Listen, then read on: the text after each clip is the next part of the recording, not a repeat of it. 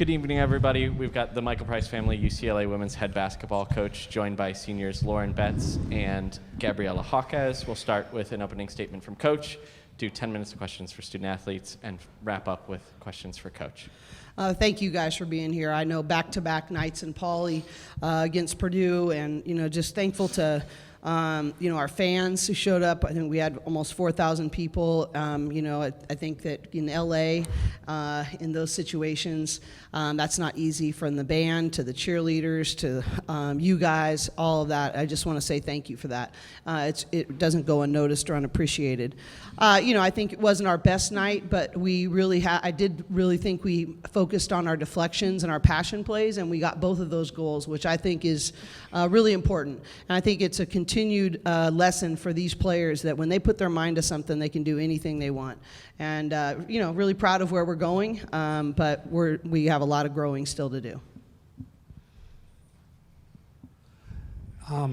Question for both of you. Mostly you, Lauren. The third game, hitting 13 three-pointers. First off, what's it like just to have that productivity? And then how much easier does it make your job? Yeah, I'm really proud of how our guards have been shooting. I mean, they work really hard every single day, and I think it's just a testament to all the work they've put in. Gabs has been really consistent. I'm really happy to see that she's just stayed confident in her shot, because that's what she does. And I think that it's just really hard for other teams to guard us when they're so focused on double teams, triple teams, and we have such threats on the perimeter. So it's just really tough to guard, and I'm just glad they're all on my team. So I'm very pleased. Yeah, and to add, Lauren's a great player, and she makes really good passes, and so she really just sets us up. And I'm so thankful to be on a team with Lauren and to have great open shots like that. And it's just great playing with her, and she's just improved so much. And it is so hard to guard us, like she said. I know it's not my turn, but I do think it's important to note our first 3 threes of the game came off of triple teams, inside-out passes from Lauren. And I think that just puts the team on their heels defensively. When they're going to do that, they go inside out. Lauren makes such a great read, and our first 3 threes were 3 for 3 from the three-point line. That's a pretty good compliment to Lauren. Gabriela, it feels like it's it's getting more and more often when we're talking to you after leading the team in scoring, and 10 for 11 from the field tonight. Do you feel the confidence growing in games like this when the shots continue to go in, and how does that affect your game, especially during this fourth quarter today? Yeah, just shooting the shots that I practice all the time, and I got out in transition a lot, which is my favorite way to score. But I think when you get in a rhythm, see the ball go in the basket a couple times, you feel it. And so I think I kind of just felt it, had a good rhythm tonight, and the ball went in.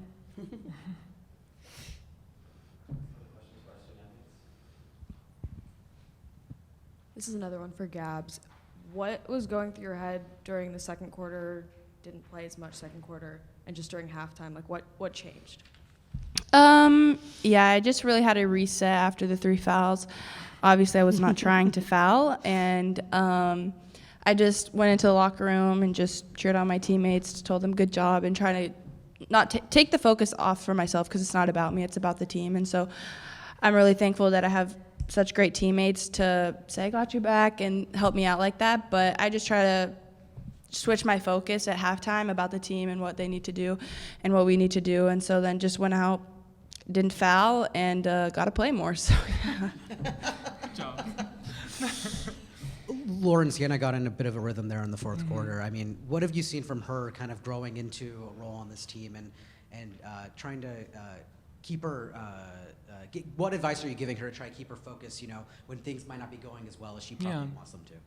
I think that's, just part of freshman year, just trying to feel out the style of play in college. It's very different from high school, so she's not going to get all the same looks that she would get in high school, and she can't do all the same moves that she used to do all the time. So just trying to give her confidence all the time, and just know that all the hard work she's putting in every single day is paying off. And just because she had a little setback in the beginning of the season doesn't mean that, she's less of a basketball player. She's still Sienna Betts at the end of the day. So just trying to give her confidence.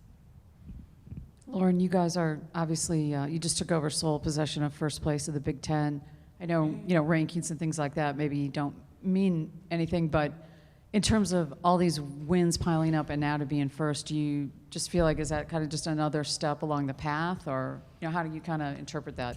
Yeah, I mean, we don't look at anything like that as a team. I think that's something that we've done a really good job of, is just trying to take it game by game. I think we have our own standard that Coach Cori talks about all the time, and we're just trying to fulfill that every single day. So it's just really having that present mindset and just trying to be the best version of ourselves. And every single time we go on the floor, we're trying to compete at our highest level. And so we really try to make it us versus us every single day. So yeah, I think obviously being in that ranking is great, but it doesn't really mean much to us because we're just trying to be the best version of ourselves.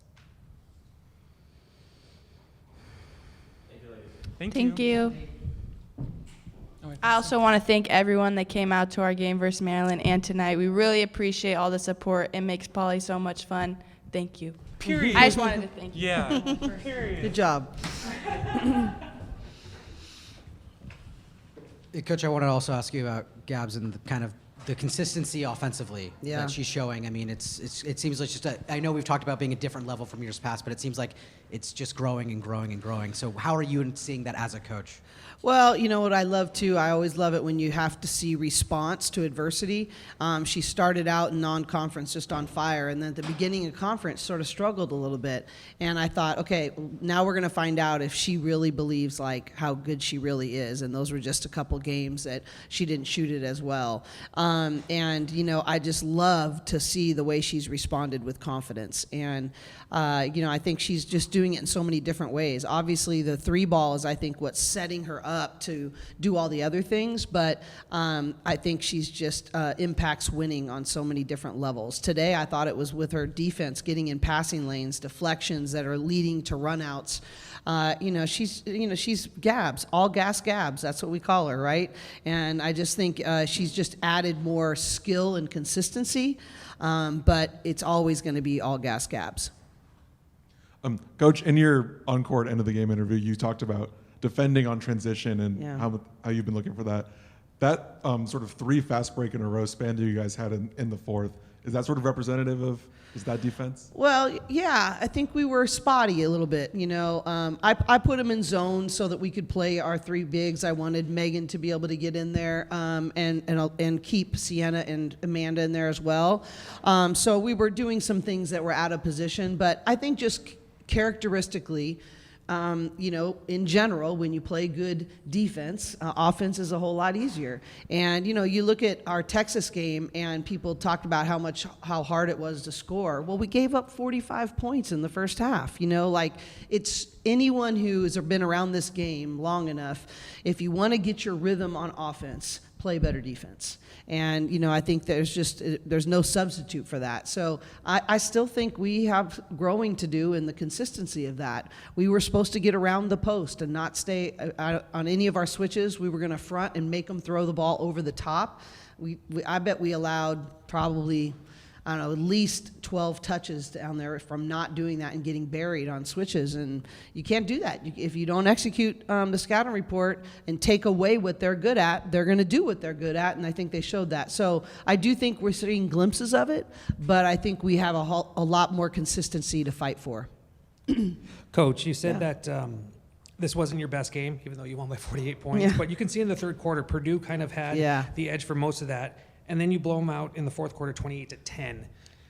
What did you say to them, or is this the kind of team where they just kind of reel each other in and go, this is not acceptable? Yeah, I think actually Coach Tasha and I were both talking about how we didn't want this to be a yell and scream kind of thing. You all know what this takes. You know the discipline. You know how hard it is to do it when maybe the score isn't the feedback that's actually representative of how you're playing. We talked about 2 things in the locker room at halftime, and the first 2 possessions of the third quarter, we didn't do them. And we called timeout, and they were the ones saying, "Hey, reset right here. Let's reset. We know what we got to do. We're better than this." And they really are talking about the right things. But my argument to them is was there any question? Was there not clarity coming out of the locker room? And they're like, no, we knew. And I said, then it's a lack of discipline. And we cannot have a lack of discipline, period. And I need to be able to count on this group to do your job. And you saw that in the third quarter. It was a lackadaisical sort of, we were behind every play. And I think that, that's it's very difficult. If it was easy, a lot of teams would do it. But to be able to try to play for your best, even when the other team isn't going to give you that kind of feedback. And, we got to continue to get a little better at that. Coach, I'm curious how you view those challenge plays. It seemed like in the first quarter, Angela was practically begging you to challenge that one. How do you view the challenge in college basketball, and what's your kind of logic behind when and when not to use it? Yeah, well, honestly, at home it's actually a little harder because on the road we have our video guy right behind the bench and has an iPad and sort of gives me the thumbs up or thumbs down on like I think this is clear or not. And sometimes you just want to have your players back. And I thought in that case, and I actually think the video didn't show it, I actually did think Angela was right on that one. I thought she tipped it off of the other player's hand.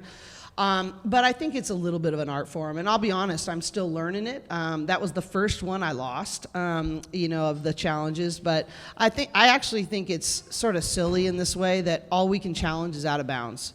I think that if we're going to go down this challenge route, I'd much rather have it be more reflective of the pros.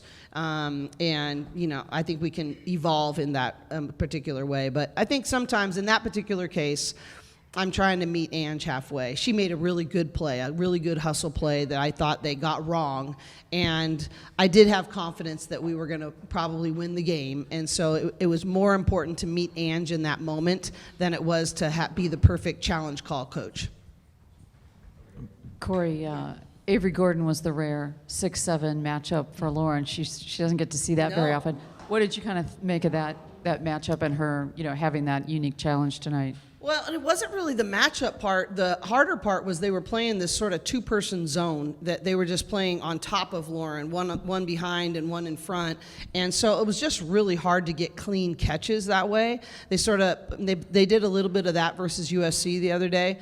But I think in general, that is where Lauren is. I liked the adjustment she made in the second half where she started facing up on her instead of trying to bang with her.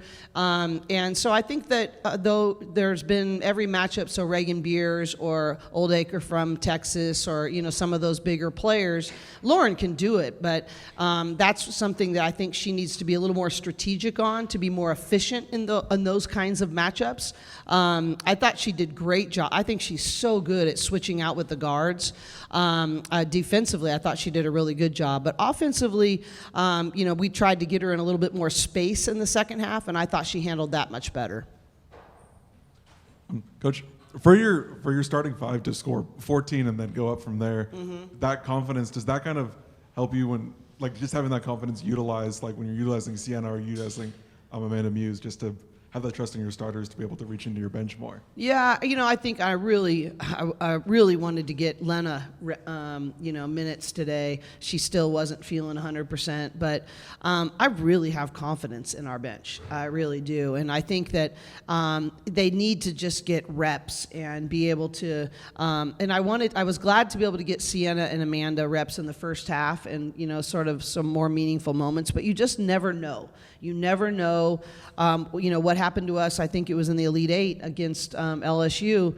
Lauren got in foul trouble in that second quarter, and we had to have people ready to step up and be ready to do their job. And you have to stay ready. And it sounds like a coach cliche, but it's the reality. You could anything could happen from an injury standpoint. Anything can happen from foul trouble. And I think the more we can develop rhythm and confidence in those players coming off the bench, the stronger we're going to be.